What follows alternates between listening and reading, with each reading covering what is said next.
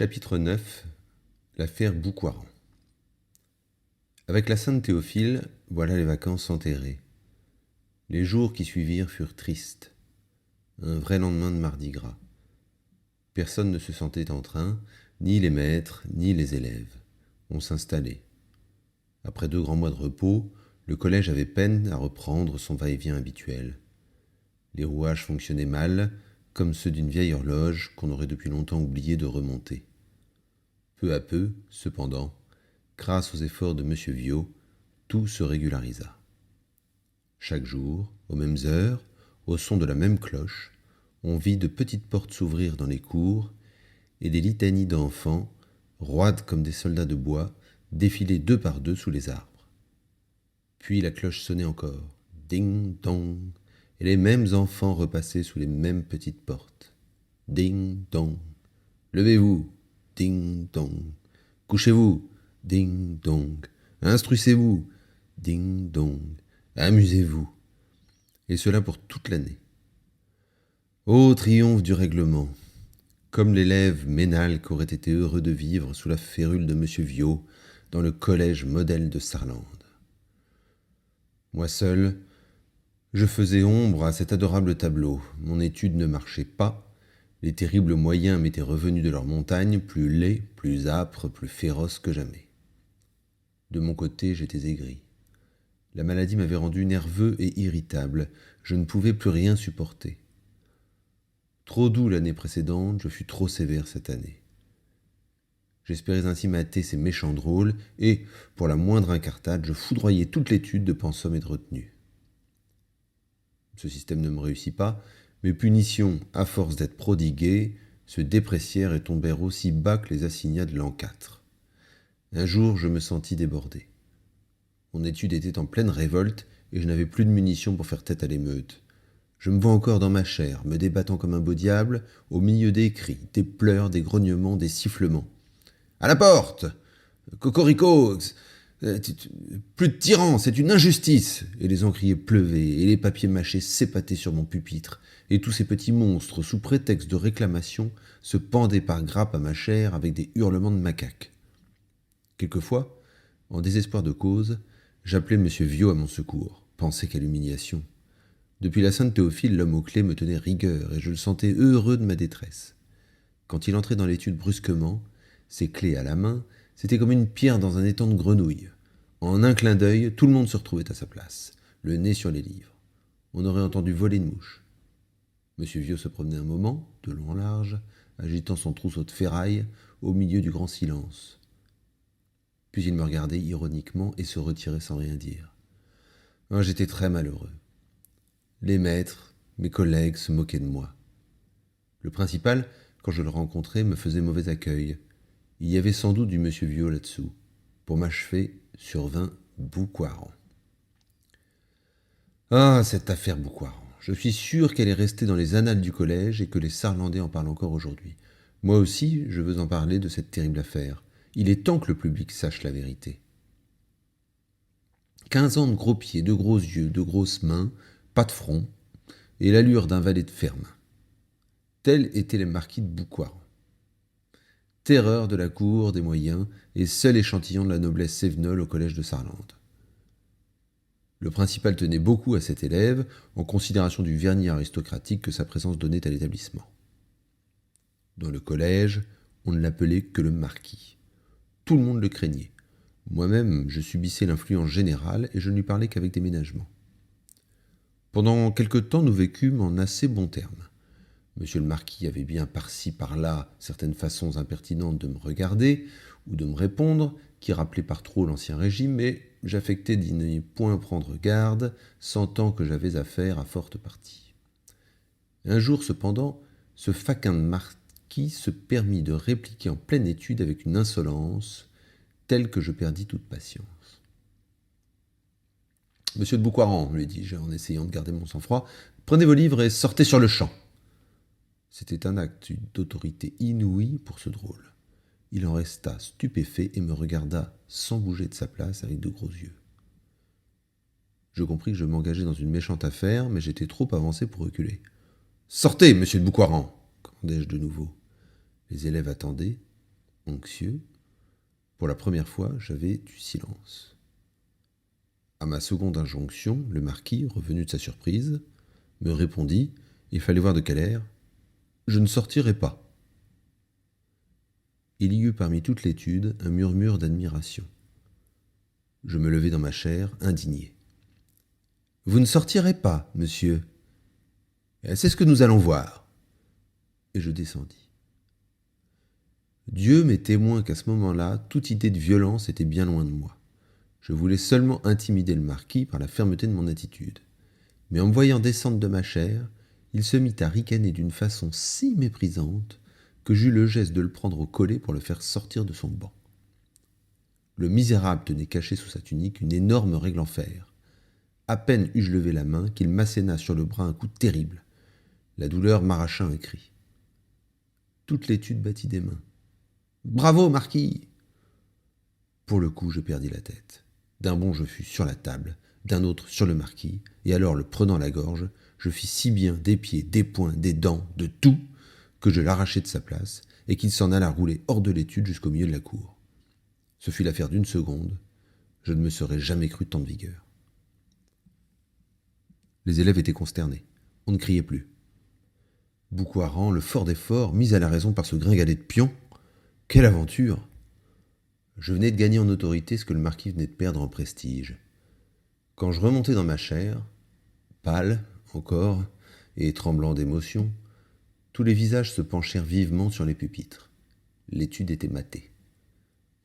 Mais le principal, M. Viot, qu'allait-il penser de cette affaire? Comment j'avais osé lever la main sur un élève, sur le marquis de Boucoiran, sur le noble du collège? Je voulais donc me faire chasser. Ces réflexions qui me venaient un peu plus tard me troublèrent dans mon triomphe. J'eus peur, à mon tour. Je me disais, c'est sûr, le marquis est allé se plaindre. Et, d'une minute à l'autre, je m'attendais à voir entrer le principal. Je tremblais jusqu'à la fin de l'étude. Pourtant, personne ne vint. À la récréation, je fus très étonné de voir Boucoiran rire et jouer avec les autres. Cela me rassura un peu, et comme toute la journée se passa sans encombre, je m'imaginais que mon drôle se tiendrait coi et que j'en serais quitte pour la peur. Par malheur, le jeudi suivant était jour de sortie. Monsieur le marquis ne rentra pas au dortoir. J'eus comme un pressentiment, et je ne dormis pas toute la nuit. Le lendemain, à la première étude, les élèves chuchotaient en regardant la place de Boucoiran qui restait vide. Sans en avoir l'air, je mourais d'inquiétude.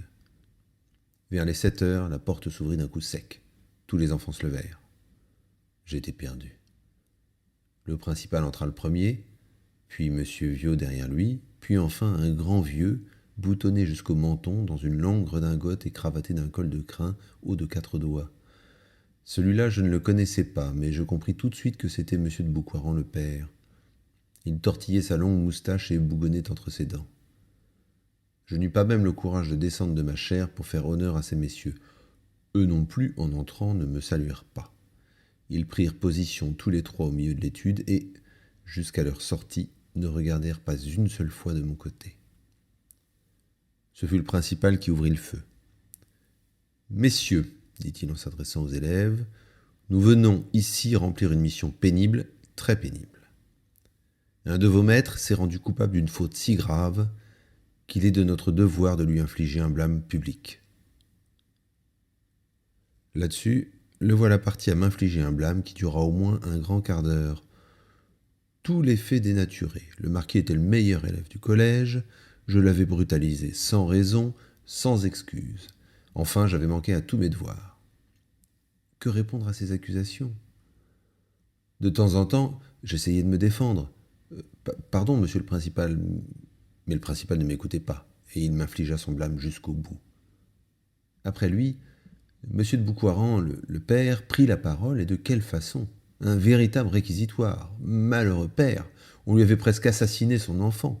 Sur ce pauvre petit être sans défense, on s'était rué comment dirait, comme un buffle sauvage. L'enfant gardait le lit depuis 2 jours. Depuis 2 jours, sa mère en larmes le veillait. Ah, s'il avait eu affaire à un homme, c'est lui, monsieur de Boucoiran, le père, qui se serait chargé de venger son enfant.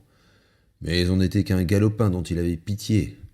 Seulement, qu'on se le tint pour dit, si jamais on touchait encore un cheveu de son fils, on se ferait couper les 2 oreilles tout net.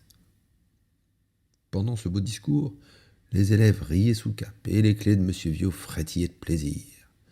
Debout dans sa chaire, pâle de rage, le pauvre on écoutait toutes ces injures, dévorait toutes ces humiliations, et se gardait bien de répondre. Si on avait répondu, on aurait été chassé du collège, et alors où aller? Enfin, au bout d'1 heure, quand ils furent à sec d'éloquence, ces 3 messieurs se retirèrent. Derrière eux, il se fit dans l'étude un grand brouhaha. J'essayai, mais vainement, d'obtenir un peu de silence. Les enfants me riaient au nez. L'affaire Boucoiran avait achevé de tuer mon autorité. Ah, ce fut une terrible affaire. Toute la ville s'en émut. Au petit cercle, au grand cercle, dans les cafés, à la musique, on ne parlait pas d'autre chose. Les gens bien informés donnaient des détails à faire dresser les cheveux. Il paraît que ce maître d'études était un monstre, un ogre. Il avait torturé l'enfant avec des raffinements inouïs de cruauté. En parlant de lui, on ne disait plus que le bourreau. Quand le jeune Boucoiran s'ennuya de rester au lit, ses parents l'installèrent sur une chaise longue au plus bel endroit de leur salon, et pendant 8 jours, ce fut à travers ce talon une procession interminable. L'intéressante victime était l'objet de toutes les attentions. 20 fois de suite, on lui faisait raconter son histoire, et à chaque fois, le misérable inventait quelques nouveaux détails. Les mères frémissaient, les vieilles demoiselles l'appelaient « pauvre ange » et lui glissaient des bonbons. Le journal de l'opposition profita de l'aventure et fulmina contre le collège un article terrible au profit d'un établissement religieux des environs. Le principal était furieux, et, s'il ne me renvoya pas, je ne le dus qu'à la protection du recteur. Hélas, il eût mieux valu pour moi être renvoyé tout de suite. Ma vie dans le collège était devenue impossible. Les enfants ne m'écoutaient plus. Au moindre mot, ils me menaçaient de faire comme Boucoiran, d'aller se plaindre à leur père. Je finis par ne plus m'occuper d'eux. Au milieu de tout cela, j'avais une idée fixe, me venger des Boucoirans. Je revoyais toujours la figure impertinente du vieux marquis, et mes oreilles étaient restées rouges de la menace qui leur avait été faite. D'ailleurs, eussé-je voulu oublier ces affronts, je n'aurais pas pu y parvenir. 2 fois par semaine, les jours de promenade, quand les divisions passaient devant le café de l'évêché, j'étais sûr de trouver M. de Boucoiran, le père, planté devant la porte, au milieu d'un groupe d'officiers de la garnison, tous nu-tête et leur queue de billard à la main. Ils nous regardaient venir de loin avec des rires goguenards. Puis, quand la division était à portée de la voix, le marquis criait très fort en me toisant d'un air de provocation. « Bonjour, Boucoiran !»« Bonjour, mon père !» clapissait l'affreux enfant du milieu des rangs. Et les officiers, les élèves, les garçons du café, tout le monde riait. Le « bonjour, Boucoiran » était devenu un supplice pour moi, et pas moyen de m'y soustraire. Pour aller à la prairie, il fallait absolument passer devant le café de l'évêché. Et pas une fois mon persécuteur ne manquait au rendez-vous. J'avais par moments des envies folles d'aller à lui et de le provoquer, mais 2 raisons me retenaient. D'abord, toujours la peur d'être chassé.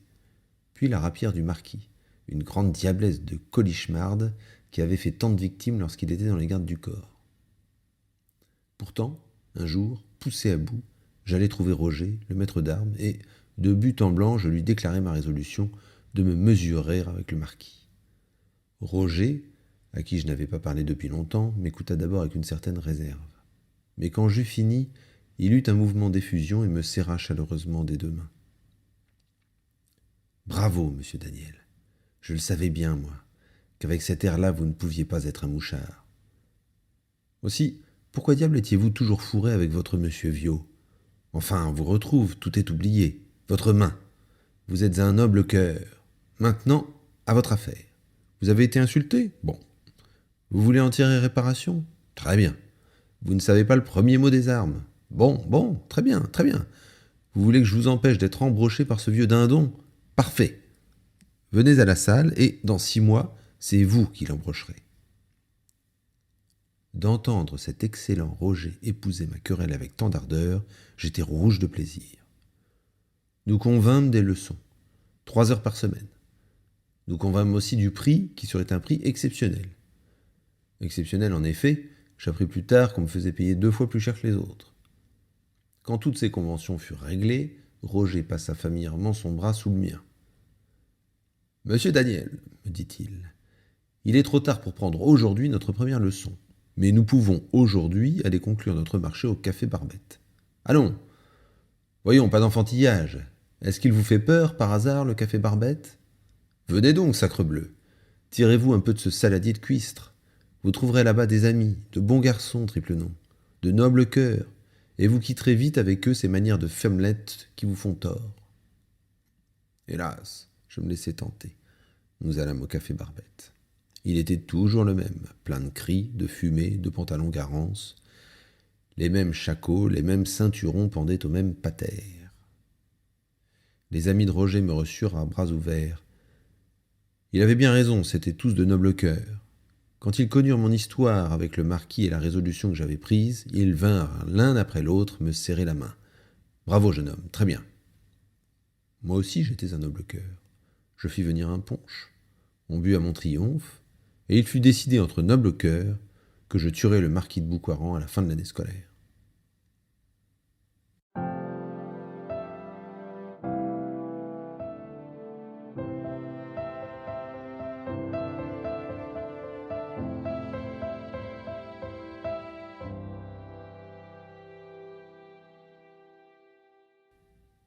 Chapitre 10. Les mauvais jours. L'hiver était venu, un hiver sec, terrible et noir, comme il en fait dans ces pays de montagne. Avec leurs grands arbres sans feuilles et leur sol gelé plus dur que la pierre, les cours du collège étaient tristes à voir. On se levait avant le jour, aux lumières. Il faisait froid, de la glace dans les lavabos. Les élèves n'en finissaient plus. La cloche était obligée de les appeler plusieurs fois. « Plus vite, messieurs !» criaient les maîtres en marchant de long en large pour se réchauffer. On formait les rangs en silence, tant bien que mal, et on descendait à travers le grand escalier à peine éclairé et les longs corridors où soufflaient les bises mortelles de l'hiver. Un mauvais hiver pour le petit chose. Je ne travaillais plus. À l'étude, la chaleur malsaine du poêle me faisait dormir. Pendant les classes, trouvant ma mansarde trop froide, je courais m'enfermer au café Barbette et n'en sortais qu'au dernier moment. C'était là maintenant que Roger me donnait ses leçons. La rigueur du temps nous avait chassés de la salle d'armes et nous nous escrimions au milieu du café avec les queues de billard, en buvant du punch. Les sous-officiers jugeaient les coups. Tous ces nobles cœurs m'avaient décidément admis dans leur intimité et m'enseignaient chaque jour une nouvelle botte infaillible pour tuer ce pauvre marquis de Boucoiran. Ils m'apprenaient aussi comment on édulcore une absinthe, et quand ces messieurs jouaient au billard, c'était moi qui marquais les points. Un mauvais hiver pour le petit chose. Un matin de ce triste hiver, comme j'entrais au café Barbette, j'entends encore le fracas du billard et le ronflement du gros poêle en faïence, Roger vint à moi précipitamment. « 2 mots, monsieur Daniel !» et m'emmena dans la salle du fond d'un air tout à fait mystérieux. Il s'agissait d'une confidence amoureuse. Vous pensez si j'étais fier de recevoir les confidences d'un homme de cette taille. Cela me grandissait toujours un peu. Voici l'histoire. Ce sacripant de maître d'armes avait rencontré par la ville, en un certain endroit qu'il ne pouvait pas nommer, certaines personnes dont il s'était follement épris. Cette personne occupait à Sarlande une situation tellement élevée, vous m'entendez bien, tellement extraordinaire que le maître d'armes en était encore à se demander comment il avait osé lever les yeux si haut. Et pourtant, malgré la situation de la personne, situation tellement élevée, tellement, etc., il ne désespérait pas de s'en faire aimer, et même il croyait le moment venu de lancer quelques déclarations épistolaires. Malheureusement, les maîtres d'armes ne sont pas très adroits aux exercices de la plume. Passe encore s'il ne s'agissait que d'une grisette, mais avec une personne dans une situation tellement, etc., ce n'était pas du style de cantine qu'il fallait, et même un bon poète ne serait pas de trop. Je vois ce que c'est, dit le petit chose d'un air entendu. Vous avez besoin qu'on vous trousse quelques poulets galants pour envoyer à la personne, et vous avez songé à moi. Précisément, répondit le maître d'armes. Eh bien, je suis votre homme, et nous commencerons quand vous voudrez. Seulement, pour que nos lettres n'aient pas l'air d'être empruntées au parfait secrétaire, il faudra me donner quelques renseignements sur la personne. Le maître d'armes regarda autour de lui d'un air méfiant, puis tout bas il me dit, en me fourrant ses moustaches dans l'oreille, « C'est une blonde de Paris. Elle sent bon comme une fleur et s'appelle Cécilia. » Il ne put pas m'en confier davantage à cause de la situation de la personne, situation tellement, etc. Mais ces renseignements me suffisaient et le soir même, pendant l'étude, j'écrivis ma première lettre à la blonde Cécilia. Cette singulière correspondance entre le petit chose et cette mystérieuse personne dura près d'un mois. Pendant un mois, j'écrivis en moyenne 2 lettres de passion par jour. De ces lettres, les unes étaient tendres et vaporeuses, comme le Lamartine d'Elvire, les autres enflammées et rugissantes comme le Mirabeau de Sophie. Il y en avait qui commençaient par ces mots « Oh, Cécilia, quelquefois, sur un rocher sauvage », et qui finissaient par ceci « On dit qu'on en meurt, essayons ». Puis de temps en temps, la muse s'en mêlait. « Oh, ta lèvre ardente, donne-la-moi, donne-la-moi ». Aujourd'hui, j'en parle en riant, mais à l'époque, le petit chose ne riait pas, je vous le jure, et tout cela se faisait très sérieusement. Quand j'avais terminé une lettre, je la donnai à Roger pour qu'il la recopiât de sa belle écriture de sous-officier. Lui, de son côté, quand il recevait des réponses, car elle répondait, la malheureuse, il me les apportait bien vite, et je basais mes opérations là-dessus. Le jeu me plaisait, en somme. Peut-être même me plaisait-il un peu trop. Cette blonde invisible, parfumée comme un lilas blanc, ne me sortait plus de l'esprit. Par moments, je me figurais que j'écrivais pour mon propre compte. Je remplissais mes lettres de confidence toutes personnelles, de malédictions contre la destinée, contre ces êtres vils et méchants, au milieu desquels j'étais obligé de vivre. Oh, Cécilia, si tu savais comme j'ai besoin de ton amour. Parfois aussi, quand le grand Roger venait me dire, en frisant sa moustache, « Sa mort, continuez !» J'avais de secrets mouvements de dépit, et je pensais en moi-même, comment peut-elle croire que c'est ce gros réjoui, ce fanfan la tulipe, qui lui écrit ces chefs-d'œuvre de passion et de mélancolie? Elle le croyait pourtant. Elle le croyait si bien qu'un jour, le maître d'armes, triomphant, m'apporta cette réponse qu'il venait de recevoir, à 9 heures ce soir, derrière la sous-préfecture. Est-ce l'éloquence de mes lettres, ou à la longueur de ses moustaches que Roger dut son succès? Je vous laisse, mesdames, le soin de décider. Toujours est-il que cette nuit-là, dans son dortoir mélancolique, le petit chose eut un sommeil très agité. Il rêva qu'il était grand, qu'il avait des moustaches, et que des dames de Paris, occupant des situations tout à fait extraordinaires, lui donnaient des rendez-vous derrière les sous-préfectures. Le plus comique, c'est que le lendemain, il me fallut écrire une lettre d'action de grâce et remercier Cécilia de tout le bonheur qu'elle m'avait donné. Ange qui a consenti à passer une nuit sur la terre. Cette lettre, je l'avoue, le petit chose décrivit avec la rage dans le cœur. Heureusement, la correspondance s'arrêta là, et pendant quelque temps, je n'entendis plus parler de Cécilia ni de sa haute situation.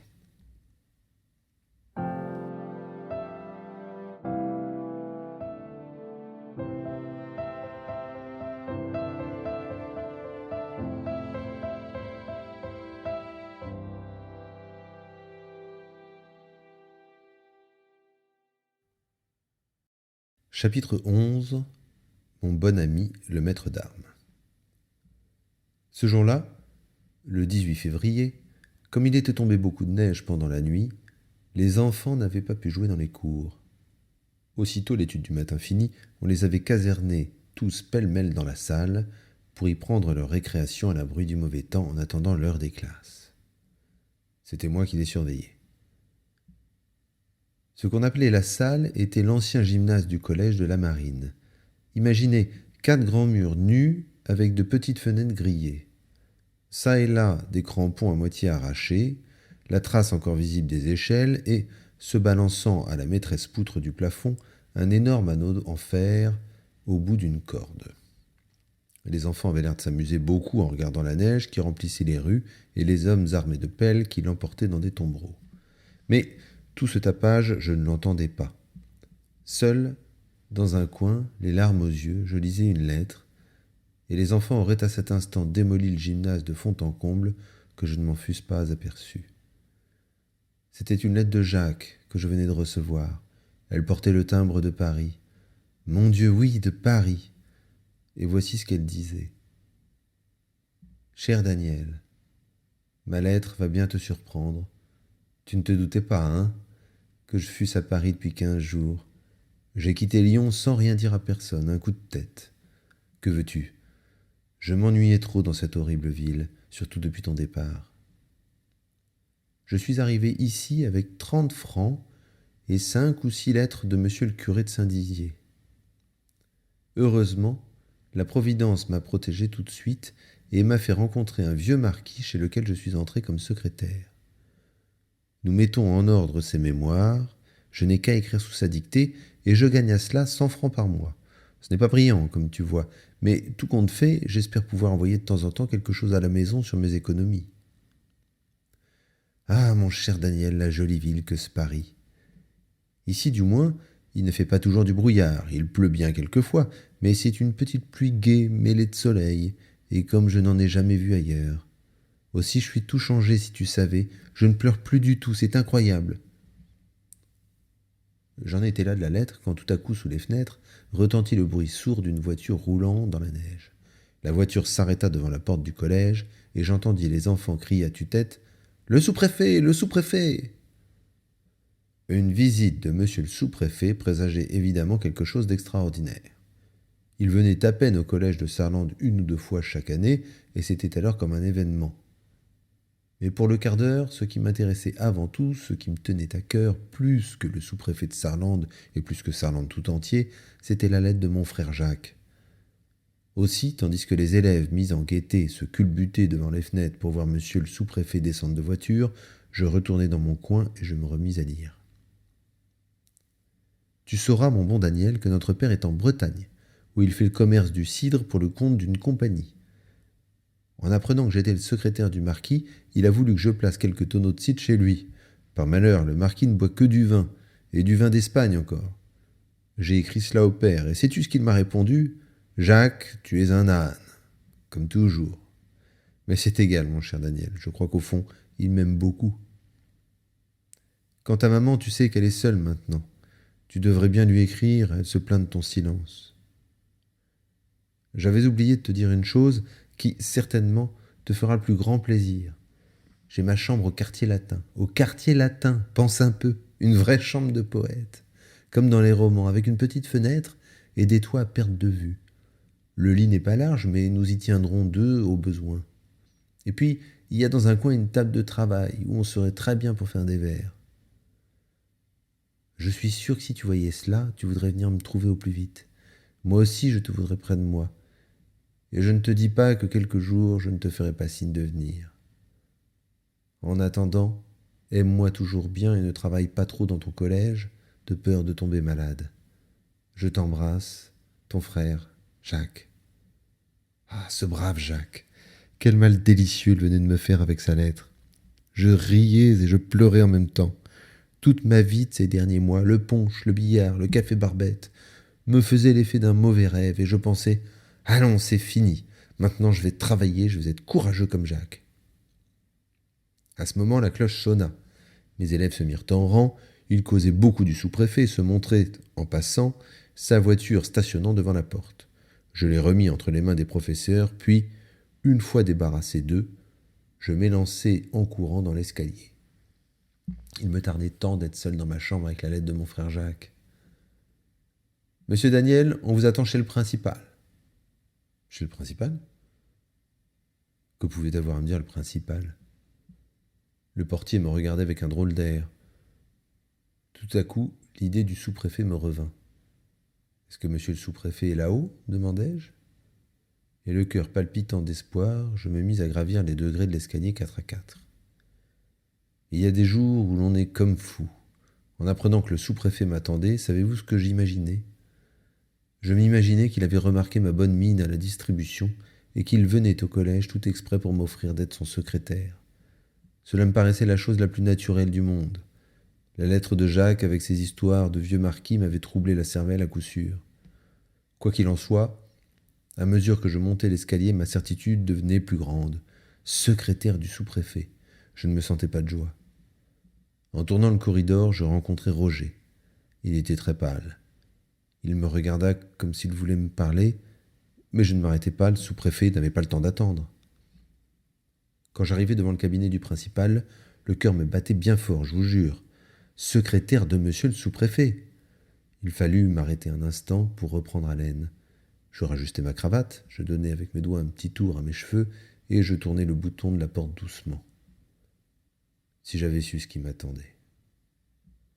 Monsieur le sous-préfet était debout, appuyé négligemment au marbre de la cheminée, et souriant dans ses favoris blonds. Monsieur le principal, en robe de chambre, se tenait près de lui humblement, son bonnet de velours à la main, et monsieur Viaud, appelé en hâte, se dissimulait dans un coin. Dès que j'entrai, le sous-préfet prit la parole. « C'est donc monsieur, dit-il en me désignant, qui s'amuse à séduire nos femmes de chambre. » Il avait prononcé cette phrase d'une voix claire, ironique et sans cesser de sourire. Je crus d'abord qu'il voulût plaisanter, et je ne répondis rien, mais le sous-préfet ne plaisantait pas. Après un moment de silence, il reprit, en souriant toujours, « N'est-ce pas à monsieur Daniel Essette que j'ai l'honneur de parler, à monsieur Daniel Essette qui a séduit la femme de chambre de ma femme ?» Je ne savais de quoi il s'agissait, mais en entendant ce mot de femme de chambre, qu'on me jetait ainsi à la figure pour la seconde fois, je me sentis rouge de honte, et ce fut avec une véritable indignation que je m'écriai « Une femme de chambre, moi ? Je n'ai jamais séduit de femme de chambre. » À cette réponse, je vis un éclair de mépris jaillir des lunettes du principal, et j'entendis les clés murmurer dans leur coin « Quelle effronterie !» Le sous-préfet, lui, ne cessait pas de sourire. Il prit sur la tablette de la cheminée un petit paquet de papiers que je n'avais pas aperçu d'abord, puis se tournant vers moi et les agitant négligemment, « Monsieur, dit-il, voici des témoignages fort graves qui vous accusent. Ce sont des lettres qu'on a surprises chez la demoiselle en question. Elles ne sont pas signées, il est vrai, et, d'un autre côté, la femme de chambre n'a voulu nommer personne. Seulement, dans ces lettres, il est souvent parlé du collège, et malheureusement pour vous, monsieur Viaud a reconnu votre écriture et votre style. » Ici, les clés grincèrent férocement et le sous-préfet, souriant toujours, ajouta « Tout le monde n'est pas poète au collège de Sarlande. » À ces mots, une idée fugitive me traversa l'esprit. Je voulus voir de près ces papiers, je m'élançai. Le principal eut peur d'un scandale et fit un geste pour me retenir, mais le sous-préfet me tendit le dossier tranquillement. « Regardez, me dit-il. Miséricorde, ma correspondance avec Cécilia. Elles y étaient toutes, depuis celle qui commençait « Ô Cécilia, quelquefois sur un rocher sauvage », jusqu'au cantique d'action de grâce, ange qui a consenti à passer une nuit sur la terre. Et dire que toutes ces belles fleurs de rhétorique amoureuse, je les avais effeuillées sous les pas d'une femme de chambre. Dire que cette personne d'une situation tellement élevée, tellement, etc., décrottait tous les matins les socs de la sous-préfète. On peut se figurer ma rage, ma confusion. « Eh bien, qu'en dites-vous, seigneur Don Juan » ricana le sous-préfet après un moment de silence. « Est-ce que ces lettres sont de vous, oui ou non ?» Au lieu de répondre, je baissai la tête. Un mot pouvait me disculper, mais ce mot, je ne le prononçai pas. J'étais prêt à tout souffrir plutôt que de dénoncer Roger. Car, remarquez bien qu'au milieu de cette catastrophe, le petit chose n'avait pas un seul instant soupçonné la loyauté de son ami. En reconnaissant les lettres, il s'était dit tout de suite « Roger aura eu la paresse de les recopier. Il a mieux aimé faire une partie de billard de plus et envoyer les miennes. Quelle innocence, ce petit chose !» Quand le sous-préfet vit que je ne voulais pas répondre, il remit les lettres dans sa poche et, se tournant vers le principal et son acolyte, « Maintenant, messieurs, vous savez ce qu'il vous reste à faire. » Sur quoi les clés de M. Viaud frétillèrent d'un air lugubre, et le principal répondit en s'inclinant jusqu'à terre que M. Essette avait mérité d'être chassé sur l'heure, mais qu'afin d'éviter tout scandale, on le garderait au collège encore 8 jours. Juste le temps de faire venir un nouveau maître. À ce terrible mot « chasser », tout mon courage m'abandonna. Je saluai sans rien dire et je sortis précipitamment. À peine dehors, mes larmes éclatèrent. Je courus d'un trait jusqu'à ma chambre, en étouffant mes sanglots dans mon mouchoir. Roger m'attendait. Il avait l'air fort inquiet et se promenait à grands pas de long en large. En me voyant entrer, il vint vers moi. « Monsieur Daniel !» me dit-il, et son œil m'interrogeait. Je me laissai tomber sur une chaise sans répondre. « Des pleurs, des enfantillages !» reprit le maître d'armes, d'un ton brutal. « Tout cela ne prouve rien, voyons. Vite, que s'est-il passé ?»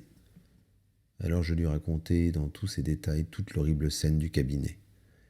À mesure que je parlais, je voyais la physionomie de Roger s'éclaircir. Il ne me regardait plus du même air rogue, et, à la fin, quand il eut appris comment, pour ne pas le trahir, je m'étais laissé chasser du collège, il me tendit ses deux mains ouvertes et me dit simplement « Daniel, vous êtes un noble cœur. »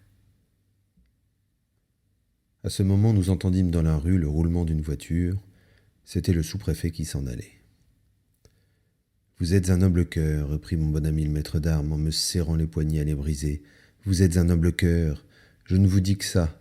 Mais vous devez comprendre que je ne permettrai à personne de se sacrifier pour moi. » Tout en parlant, il s'était rapproché de la porte. « Ne pleurez pas, monsieur Daniel. Je vais aller trouver le principal, et je vous jure bien que ce n'est pas vous qui serez chassé. » Il fit encore un pas pour sortir, puis, revenant vers moi comme s'il oubliait quelque chose, « Seulement, me dit-il à voix basse, écoutez bien ceci avant que je m'en aille. Le grand Roger n'est pas seul au monde. Il a quelque part une mère infirme dans un coin. Une mère, pauvre sainte femme.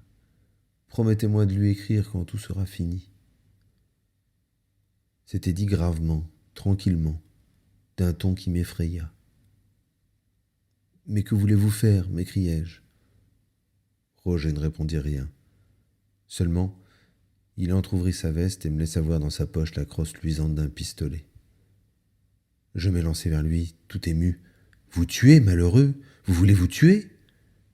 Et lui, très froidement, « Mon cher, quand j'étais au service, je m'étais promis que si jamais, par un coup de ma mauvaise tête, je venais à me faire dégrader, je ne survivrais pas à mon déshonneur. Le moment est venu de me tenir parole. Dans 5 minutes, je serai chassé du collège, c'est-à-dire dégradé. 1 heure après, bonsoir, j'avale ma dernière prune. » En entendant cela, je me plantai résolument devant la porte. « Eh bien non, Roger, vous ne sortirez pas. J'aime mieux perdre ma place que d'être cause de votre mort. »« Laissez-moi faire mon devoir, » me dit-il d'un air farouche, et, malgré mes efforts, il parvint à entr'ouvrir la porte. Alors, j'eus l'idée de lui parler de sa mère, de cette pauvre mère qu'il avait quelque part dans un coin. Je lui prouvai qu'il devait vivre pour elle, que moi j'étais à même de trouver facilement une autre place, que d'ailleurs, dans tous les cas, nous avions encore 8 jours devant nous, et que c'était bien le moins qu'on attendît jusqu'au dernier moment avant de prendre un parti si terrible. Cette dernière réflexion parut le toucher. Il consentit à retarder de quelques heures sa visite au principal et ce qui devait s'ensuivre. Sur ces entrefaites, la cloche sonna, nous nous embrassâmes et je descendis à l'école. Ce que c'est que de nous. J'étais entré dans ma chambre désespéré, j'en sortis presque joyeux. Le petit chose était si fier d'avoir sauvé la vie à son bon ami le maître d'armes. Pourtant, il faut bien le dire, une fois assis dans ma chaire et le premier mouvement de l'enthousiasme passé, je me mis à faire des réflexions. Roger consentait à vivre, c'était bien, mais moi-même, qu'allais-je devenir après que mon beau dévouement m'aurait mis à la porte du collège? La situation n'était pas gaie, je voyais déjà le foyer singulièrement compromis, ma mère en larmes et M. Essed bien en colère. Heureusement, je pensais à Jacques. Quelle bonne idée sa lettre avait eue d'arriver précisément le matin. C'était bien simple, après tout. Ne m'écrivait-il pas que dans son lit il y avait de place pour 2? D'ailleurs, à Paris on trouve toujours de quoi vivre. Ici, une pensée horrible m'arrêta. Pour partir, il fallait de l'argent. Celui du chemin de fer d'abord, puis 58 francs que je devais au portier, puis 10 francs qu'un grand m'avait prêtés, puis des sommes énormes inscrites à mon nom sur le livre de compte du café Barbette. Le moyen de se procurer tout cet argent. « Bah, me dis-je en y songeant, je me trouve bien naïf de m'inquiéter pour si peu. Roger n'est-il pas là? Roger est riche, il donne des leçons en ville, il sera trop heureux de me procurer quelques 100 francs à moi qui viennent lui sauver la vie. » Mes affaires ainsi réglées, j'oubliais toutes les catastrophes de la journée pour ne songer qu'à mon grand voyage de Paris. J'étais très joyeux, je ne tenais plus en place, et M. Viau, qui descendit à l'étude pour savourer mon désespoir, eut l'air fort déçu en voyant ma mine réjouie. À dîner, je mangeais vite et bien. Dans la cour, je pardonnais les arrêts des élèves. Enfin, l'heure de la classe sonna. Le plus pressant était de voir Roger. D'un bond, je fus à sa chambre. Personne à sa chambre. Bon, me dis-je en moi-même, il sera allé faire un tour au café Barbette, et cela ne m'étonna pas dans des circonstances aussi dramatiques. Au café Barbette, personne encore. Roger, me dit-on, était allé à la prairie avec les sous-officiers. Que diable pouvait-il faire là-bas par un temps pareil? Je commençais à être fort inquiet. Aussi, sans vouloir accepter une partie de billard qu'on m'offrait, je relevai le bas de mon pantalon et m'élançai dans la neige du côté de la prairie, à la recherche de mon bon ami le maître d'armes.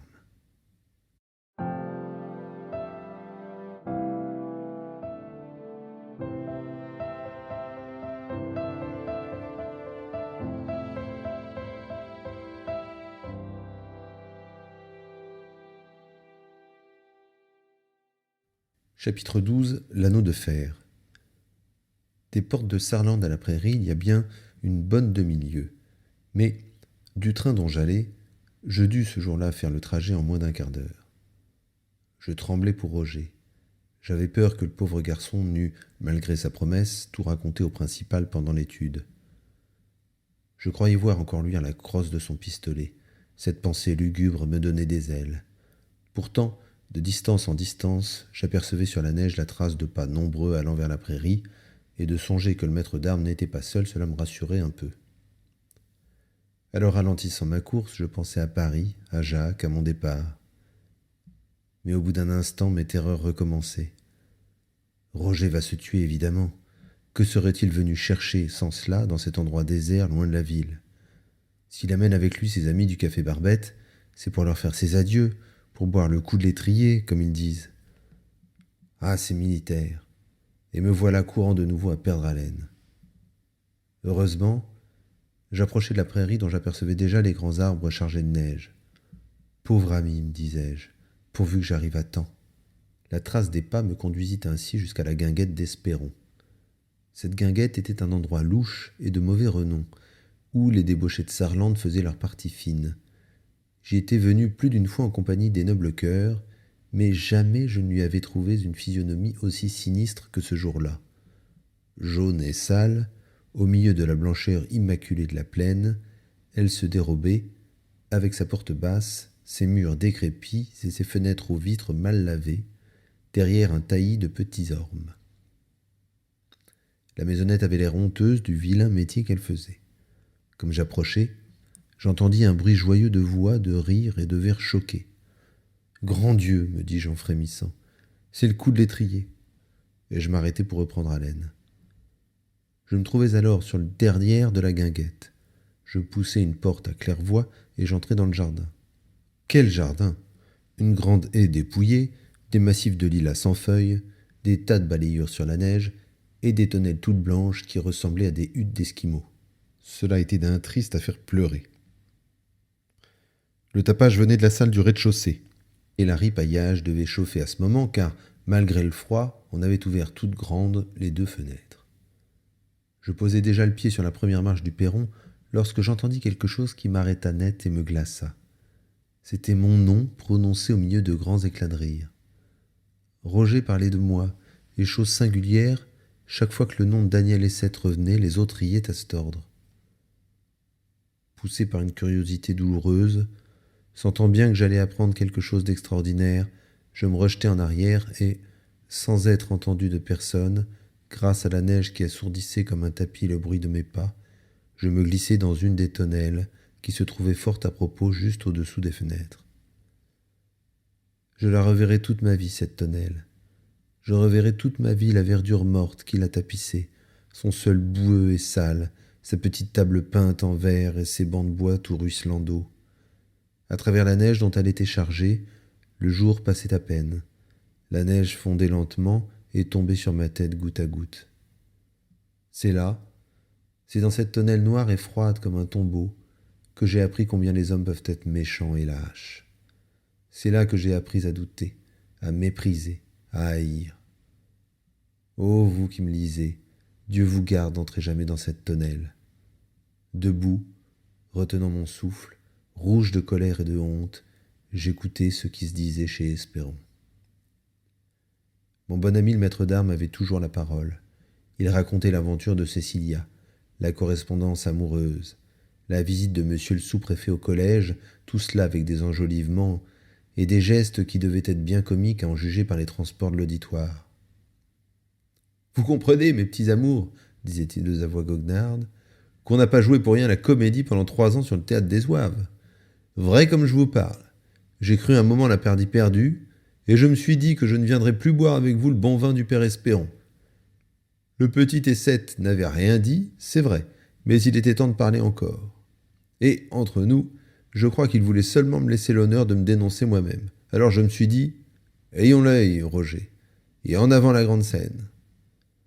Là-dessus, mon bon ami le maître d'armes se mit à jouer ce qu'il appelait la grande scène, c'est-à-dire ce qui s'était passé le matin dans ma chambre entre lui et moi. Ah, le misérable! Il n'oublia rien. Il criait « Ma mère, ma pauvre mère !»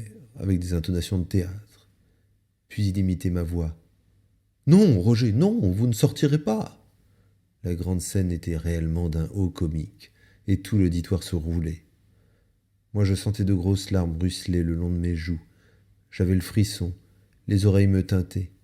Je devinais toute l'odieuse comédie du matin. Je comprenais vaguement que Roger avait fait exprès d'envoyer mes lettres pour se mettre à l'abri de toutes mes aventures, que depuis 20 ans sa mère, sa pauvre mère, était morte, et que j'avais pris l'étui de sa pipe pour une crosse de pistolet. « Et la belle Cécilia ?» dit un noble cœur. « Cécilia n'a pas parlé, elle a fait ses malles, c'est une bonne fille. Et le petit Daniel, que va-t-il devenir ?»« Bah !» répondit Roger. Ici un geste qui fit rire tout le monde. Cet éclat de rire me mit hors de moi. J'eus envie de sortir de la tonnelle et d'apparaître soudainement au milieu d'eux comme un spectre, mais je me contins, j'avais déjà été assez ridicule. Le rôti arrivait, les verres se choquèrent. « Un Roger, criait-on. Je n'y tins plus, je souffrais trop. Sans m'inquiéter si quelqu'un pouvait me voir, je m'élançai à travers le jardin. D'un bond, je franchis la porte à claire-voie et je me mis à courir devant moi comme un fou. La nuit tombait, silencieuse, et cet immense champ de neige prenait dans la demi-obscurité du crépuscule je ne sais quel aspect de profonde mélancolie. Je courus ainsi quelque temps comme un cabri blessé, et si les cœurs qui se brisent et qui saignent étaient autre chose que des façons de parler à l'usage des poètes, je vous jure qu'on aurait pu trouver derrière moi, sur la plaine blanche, une longue trace de sang. Je me sentais perdu. Où trouver de l'argent? Comment m'en aller? Comment rejoindre mon frère Jacques? Dénoncer Roger ne m'aurait même servi de rien. Il pouvait nier, maintenant que Cécilia était partie. Enfin, accablé, épuisé de fatigue et de douleur, je me laissai tomber dans la neige au pied d'un châtaignier. Je serais resté là jusqu'au lendemain peut-être, pleurant et n'ayant pas la force de penser, quand, tout à coup, bien loin, du côté de Sarlande, j'entendis une cloche sonner. C'était la cloche du collège. J'avais tout oublié. Cette cloche me rappela à la vie. Il me fallait rentrer et surveiller la récréation des élèves dans la salle. En pensant à la salle, une idée subite me vint. Sur-le-champ, mes larmes s'arrêtèrent. Je me sentis plus fort, plus calme. Je me levai et, de ce pas délibéré de l'homme qui vient de prendre une irrévocable décision, je repris le chemin de Sarlande. Si vous voulez savoir quelle irrévocable décision vient de prendre le petit chose, suivez-le jusqu'à Sarlande, à travers cette grande plaine blanche. Suivez-le dans les rues sombres et boueuses de la ville. Suivez-le sous le porche du collège. Suivez-le dans la salle pendant la récréation. Et remarquez avec quelle singulière persistance il regarde le gros anneau de fer qui se balance au milieu. La récréation finie, suivez-le encore jusqu'à l'étude, montez avec lui dans sa chaire, et lisez par-dessus son épaule cette lettre douloureuse qu'il est en train d'écrire au milieu du vacarme et des enfants ameutés. Monsieur Jacques Essette, rue Bonaparte, à Paris. Pardonne-moi, mon bien-aimé Jacques, la douleur que je viens te causer. Toi qui ne pleurais plus, je vais te faire pleurer encore une fois. Ce sera la dernière, par exemple. Quand tu recevras cette lettre, ton pauvre Daniel sera mort. Ici, le vacarme de l'étude redouble. Le petit chose s'interrompt et distribue quelques punitions de droite et de gauche, mais gravement, sans colère. Puis il continue. « Vois-tu, Jacques, j'étais trop malheureux. Je ne pouvais pas faire autrement que de me tuer. Mon avenir est perdu. On m'a chassé du collège. C'est pour une histoire de femme, des choses trop longues à te raconter. Puis, j'ai fait des dettes. Je ne sais plus travailler, j'ai honte, je m'ennuie, j'ai le dégoût. La vie me fait peur. J'aime mieux m'en aller. » Le petit chose est obligé de s'interrompre encore. « 500 vers à l'élève Soubrol. Fouque et Loupi en retenue dimanche. Ceci fait, il achève sa lettre. Adieu, Jacques. J'en aurais encore long à te dire, mais je sens que je vais pleurer et les élèves me regardent. Dis à maman que j'ai glissé du haut d'un rocher en promenade ou bien que je me suis noyé en patinant. Enfin, invente une histoire, mais que la pauvre femme ignore toujours la vérité. Embrasse-la bien pour moi, cette chère mère. Embrasse aussi notre père et tâche de leur reconstruire vite un beau foyer. Adieu, je t'aime. Souviens-toi de Daniel. Cette lettre terminée, le petit chose en commence tout de suite une autre ainsi conçue. Monsieur l'abbé, je vous prie de faire parvenir à mon frère Jacques la lettre que je laisse pour lui. En même temps, vous couperez de mes cheveux et vous en ferez un petit paquet pour ma mère. Je vous demande pardon du mal que je vous donne. Je me suis tué parce que j'étais trop malheureux ici. Vous seul, monsieur l'abbé, vous êtes toujours montré très bon pour moi. Je vous en remercie. Daniel et Seth. Après quoi, le petit chose met cette lettre et celle de Jacques sous une même grande enveloppe, avec cette subscription. La personne qui trouvera la première mon cadavre est priée de remettre ce pli entre les mains de l'abbé Germane. Puis, toutes ses affaires terminées, il attend tranquillement la fin de l'étude. L'étude est finie, on soupe, on fait la prière, on monte au dortoir. Les élèves se couchent, le petit chose se promène de long en large, attendant qu'il soit endormi. Voici maintenant Monsieur Viot qui fait sa ronde, on entend le cliquetis mystérieux de ses clés et le bruit sourd de chez Sausson sur le parquet. « Bonsoir, Monsieur Viot, » murmure le petit chose. « Bonsoir, monsieur, » répond à voix basse le surveillant. Puis il s'éloigne, ses pas se perdent dans le corridor. Le petit chose est seul. Il ouvre la porte doucement et s'arrête un instant sur le palier pour voir si les élèves ne se réveillent pas. Mais tout est tranquille dans le dortoir. Alors il descend, il se glisse à petits pas dans l'ombre des murs. La tramontane souffle tristement par-dessus les portes. Au bas de l'escalier, en passant devant le péristyle, il aperçoit la cour blanche de neige, entre ses 4 grands corps de logis tout sombres. Là-haut, près des toits veille une lumière, c'est l'abbé Germane qui travaille à son grand ouvrage. Du fond de son cœur, le petit chose envoie un dernier adieu, bien sincère à ce bon abbé. Puis il entre dans la salle. Le vieux gymnase de l'école de marine est plein d'une ombre froide et sinistre. Par les grillages d'une fenêtre, un peu de lune descend et vient donner en plein sur le gros anneau de fer. Oh, cet anneau, le petit chose ne fait qu'y penser depuis des heures. Sur le gros anneau de fer qui reluit comme de l'argent. Dans un coin de la salle, un vieil escabeau dormait. Le petit chose va le prendre, le porte sous l'anneau et monte dessus. Il ne s'est pas trompé, c'est juste à la hauteur qu'il faut. Alors il détache sa cravate, une longue cravate en soie violette qu'il porte chiffonnée autour de son cou comme un ruban.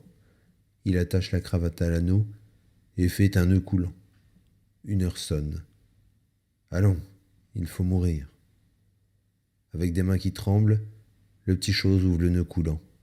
Une sorte de fièvre le transporte. Adieu, Jacques. Adieu, Madame Essette.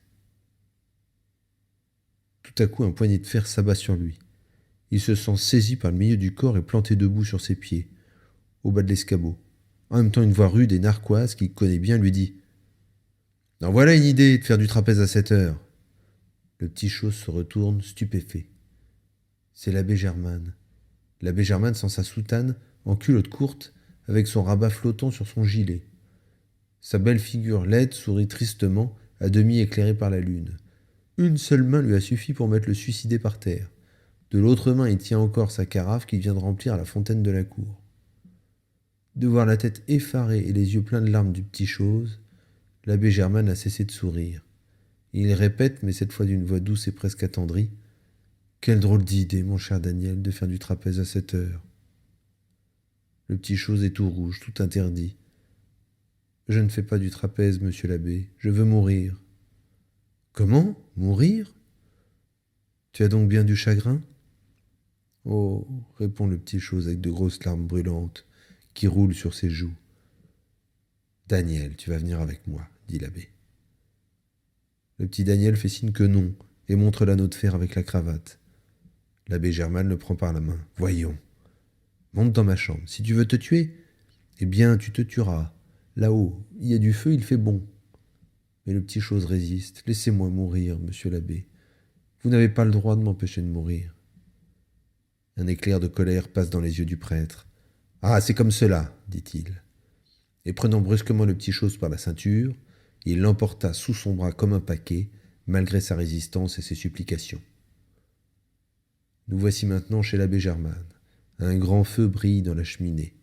Près du feu, il y a une table avec une lampe allumée, des pipes et des tas de papier chargés de pâte de mouche. Le petit chose est assis au coin de la cheminée. Il est très agité, il parle beaucoup, il raconte sa vie, ses malheurs et pourquoi il a voulu en finir. L'abbé l'écoute en souriant, puis quand l'enfant a bien parlé, bien pleuré, bien dégonflé son pauvre cœur malade, le brave homme lui prend les mains et lui dit très tranquillement « Tout cela n'est rien, mon garçon, et tu aurais été joliment bête de te mettre à mort pour si peu. Ton histoire est fort simple. On t'a chassé du collège, ce qui, par parenthèse, est un grand bonheur pour toi. Eh bien, il faut partir tout de suite, sans attendre tes 8 jours. Tu n'es pas une cuisinière, ventrebleu. Ton voyage, tes dettes, ne t'en inquiète pas, je m'en charge. L'argent que tu voulais emprunter à ce coquin, c'est moi qui te le prêterai. Nous réglerons tout cela demain. À présent, plus un mot. J'ai besoin de travailler et tu as besoin de dormir. Seulement, je ne veux pas que tu retournes dans ton affreux dortoir. Tu aurais froid, tu aurais peur. Tu vas te coucher dans mon lit, de beaux draps blancs de ce matin. Moi, j'écrirai toute la nuit, et si le sommeil me prend, je m'étendrai sur le canapé. Bonsoir, et ne me parle plus. » Le petit chose se couche. Il ne résiste pas. Tout ce qui lui arrive lui fait l'effet d'un rêve. Que d'événements dans une journée. Avoir été si près de la mort, et se retrouver au fond d'un bon lit dans cette chambre tranquille et tiède, comme le petit chose est bien. De temps en temps, en ouvrant les yeux, il voit sous la clarté douce de l'abat-jour le bon abbé Germane qui, tout en fumant, fait courir sa plume à petit bruit du haut en bas des feuilles blanches. Je fus réveillé le lendemain matin par l'abbé qui me frappait sur l'épaule. J'avais tout oublié en dormant. Cela fit beaucoup rire mon sauveur. « Allons, mon garçon, me dit-il, la cloche sonne, dépêche-toi. Personne ne se sera aperçu de rien. Va prendre tes élèves comme à l'ordinaire. Pendant la récréation du déjeuner, je t'attendrai ici pour causer. » La mémoire me revint tout d'un coup. Je voulais le remercier, mais positivement le bon abbé me mit à la porte. Si l'étude me parut longue, je n'ai pas besoin de vous le dire. Les élèves n'étaient pas encore dans la cour, que déjà je frappais chez l'abbé Germane. Je le retrouvai devant son bureau, les tiroirs grands ouverts, occupés à compter les pièces d'or qu'il alignait soigneusement par petits tas. Au bruit que je fis en entrant, il retourna la tête, puis se remit à son travail sans rien me dire. Quand il eut fini, il referma ses tiroirs et me faisant signe de la main avec un bon sourire, « Tout ceci est pour toi, me dit-il, je fais ton compte. Voici pour le voyage, voici pour le portier, voici pour le café Barbette, voici pour l'élève qui t'a prêté 10 francs. J'avais mis cet argent de côté pour faire un remplaçant à Cadet, mais Cadet ne tire au sort que dans 6 ans, et d'ici là, nous nous serons revus. » Je voulus parler, mais ce diable d'homme ne m'en laissa pas le temps. « À présent, mon garçon, fais-moi tes adieux. Voilà ma classe qui sonne, et quand j'en sortirai, je ne veux plus te retrouver ici. L'air de cette Bastille ne te vaut rien. File vite à Paris, travaille bien, prie le bon Dieu, fume des pipes, et tâche d'être un homme. Tu m'entends ? Tâche d'être un homme. Car vois-tu, mon petit Daniel, tu n'es encore qu'un enfant. Et même j'ai bien peur que tu sois un enfant toute ta vie. » Là-dessus, il m'ouvrit les bras avec un sourire divin, mais moi je me jetai à ses genoux en sanglotant. Il me releva et m'embrassa sur les 2 joues. La cloche sonnait le dernier coup. « Bon, voilà que je suis en retard, » dit-il en rassemblant à la hâte ses livres et ses cahiers. Comme il allait sortir, il se retourna encore vers moi. « J'ai bien un frère à Paris, moi aussi, un brave homme de prêtre, que tu pourrais aller voir. Mais, à moitié fou comme tu l'es, tu n'aurais qu'à oublier son adresse. » Et sans en dire davantage, il se mit à descendre l'escalier à grands pas. Sa soutane flottait derrière lui. De la main droite, il tenait sa calotte, et sous le bras gauche, il portait un gros paquet de papiers et de bouquins. Bon abbé Germane. Avant de m'en aller, je jetai un dernier regard autour de sa chambre. Je contemplai une dernière fois la grande bibliothèque, la petite table, le feu à demi éteint, le fauteuil où j'avais tant pleuré, le lit où j'avais dormi si bien, et songeant à cette existence mystérieuse dans laquelle je devinais tant de courage, de bonté cachée, de dévouement et de résignation, je ne pus m'empêcher de rougir de mes lâchetés, et je me fis le serment de me rappeler toujours l'abbé Germane. En attendant, le temps passait. J'avais ma malle à faire, mes dettes à payer, ma place à retenir à la diligence. Au moment de sortir, j'aperçus sur un coin de la cheminée plusieurs vieilles pipes toutes noires. Je pris la plus vieille, la plus noire, la plus courte, et je la mis dans ma poche comme une relique, puis je descendis. En bas, la porte du vieux gymnase était encore entr'ouverte. Je ne pus m'empêcher d'y jeter un regard en passant, et ce que je vis me fit frissonner. Je vis la grande salle sombre et froide, l'anneau de fer qui reluisait, et ma cravate violette avec son nœud coulant qui se balançait dans le courant d'air au-dessus de l'escabeau renversé.